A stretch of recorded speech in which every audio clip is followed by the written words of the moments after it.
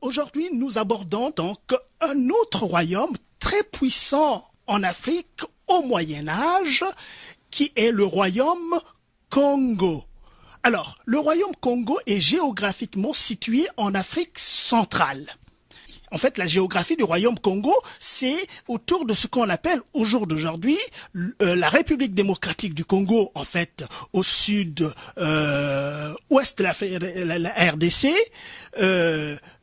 au nord ouest de l'Angola et au sud-est du Congo-Brazzaville. Voilà, c'est cette partie, c'est cette géographie qui constituait le royaume Congo. On parle bien du peuple Congo et de l'ancien royaume Congo qui s'écrit avec un K et qui donc s'étendait de... Qui s'étendait avec un noyau dur en RDC Congo, hein. Mais en fait, ils font partie d'un autre grand groupe qui sont les Bantous. Et les Bantous qui partent du Cameroun, à la frontière du Nigeria, hein, jusqu'en Angola. Alors philosophiquement parlant, ils ont une identité commune, hein, donc au niveau de l'approche du monde, de l'univers, de la mythologie. Ils ont aussi au niveau, je dirais, de la syntaxe, hein, le préfixe ba veut dire les, donc en réalité on dit des Bas-Congo, hein, Congo étant singulier, ouais. Bateau, ça veut dire les hommes. Et on ceci de particulier que pas mal de ces sociétés sont matrilinéaires, c'est-à-dire que l'héritage passe par les femmes. Maintenant, il y a eu le royaume lui-même qui a été, je dirais, à la rencontre avec les Portugais, qui a été vraiment quelque chose d'extraordinaire, hein, au niveau de l'évolution peut-être des sociétés, sur le plan politique, de la rencontre Afrique-Europe. Et là, ça a été vraiment le noyau, hein, je dirais, de l'implantation de ces Portugais, d'une rencontre et aussi de drame. Hein, car le roi se trouvait au centre du royaume et les Portugais arrivent sur la mer.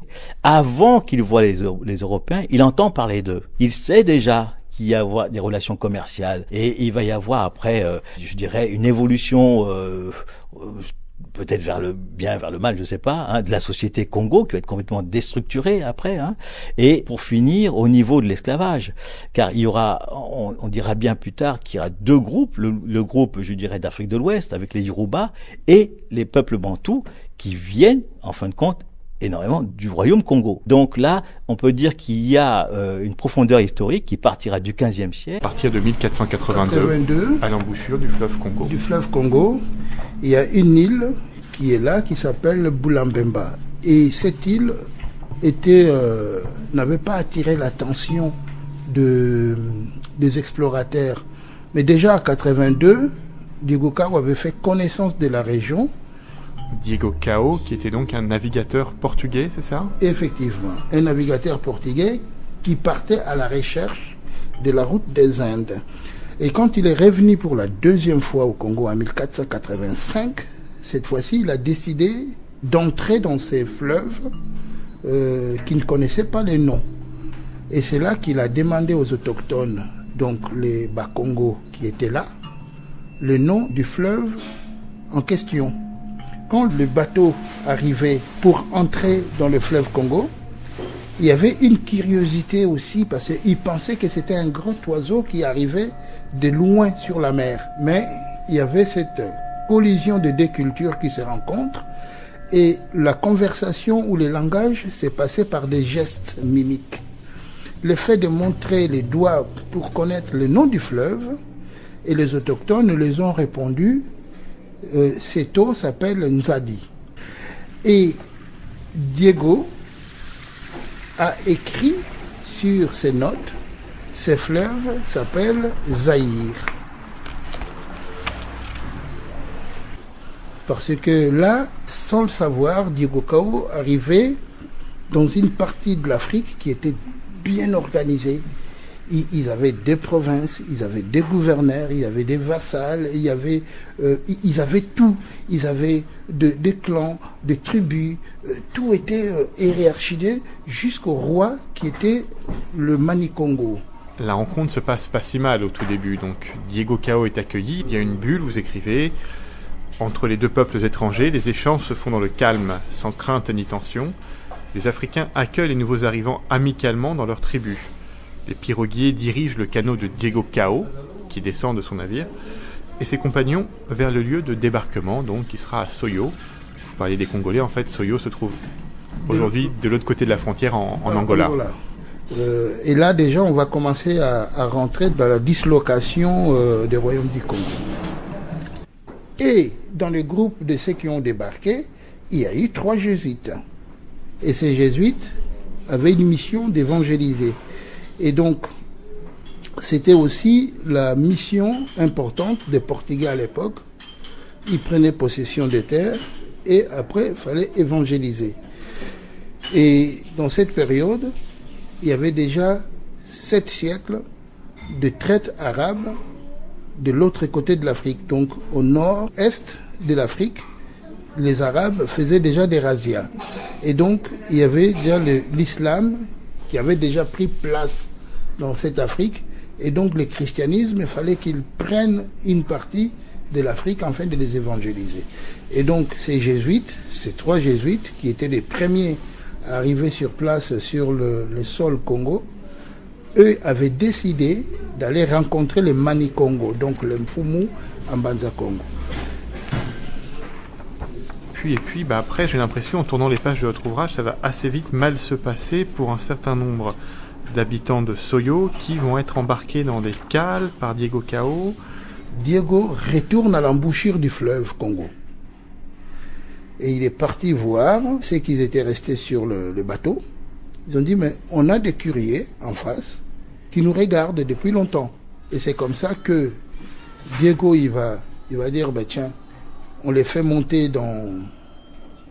Et puis l'idée de faire les captures, si on prenait ces gens pour les amener dans les îles portugaises, l'Europe avait la connaissance de la canne à sucre depuis 1295. Et ces cannes étaient produites, en l'occurrence, dans des îles comme Madère, les Açores, le Cap-Vert. La canne demande beaucoup de main-d'œuvre. Et donc, ces main-d'œuvre, Diego, il a dit, tiens, si on pourrait les prendre pour les ramener et travailler comme main-d'œuvre, et d'autres personnes les présenter au roi du Portugal comme preuve que nous avons franchi la ligne de l'équateur. Et donc, c'était une sorte de piège où il y avait plus de 5 à 600 personnes qui sont venues par curiosité. Pendant des jours et des jours, ils montaient dans le bateau, ils ne descendaient pas, des enfants, des femmes. Alors il a pris les précautions de mettre tous ceux qui ont été capturés, donc on les voit bien dans la BD, dans les soutes, plus de 4 à 500 personnes, mais dans des conditions abominables. En tout cas, là on les voit à fond de cale, enchaînés. Oui. Certains veulent se suicider, ils se jettent par-dessus pont. Oui. Certaines femmes sont violées, vous racontez de viols aussi. C'était des choses qui n'étaient pas isolées. C'est d'ailleurs en 1482 que Diego Cao, un explorateur portugais, aborde l'embouchure du fleuve Congo. Les Portugais entrent progressivement en contact avec les chefferies, apportent avec eux des missionnaires. En 1491, le roi Ndinga Nkuvu est même baptisé sous le nom de Jean Ier. Je vous invite à lire le livre de Pigafetta, Le Congo et ses alentours. Quand les Portugais arrivent au Congo au XVe siècle, les Africains produisent de la soie. Et pas avec des vers de soie. C'était, en tout cas à leur arrivée, le royaume du Congo était puissamment organisé sur le plan politique, sur le plan de l'intégration économique. Jean de Sondé, vous intéressez beaucoup aux traces de la culture Congo en Amérique et dans les Caraïbes en particulier. Alors je suis historien, j'ai travaillé sur le Congo précolonial, essentiellement sur les contacts culturels entre populations de Congo et européens. Donc sur les contacts, on va dire, précoloniaux, compris entre la région actuelle de Pointe-Noire, en pays Vili, et la région actuelle de Luanda, en pays Mbundu. Lorsque les Portugais sont arrivés à la fin du XVe siècle dans la région, le premier Portugais arrivé là-bas, c'est Diego Cao en 1485. Oui. Ils arrivent donc dans un pays qui est divers de par les peuples, mais peut-être unifié sur le plan linguistique, la langue kikongo, c'est bien ça ?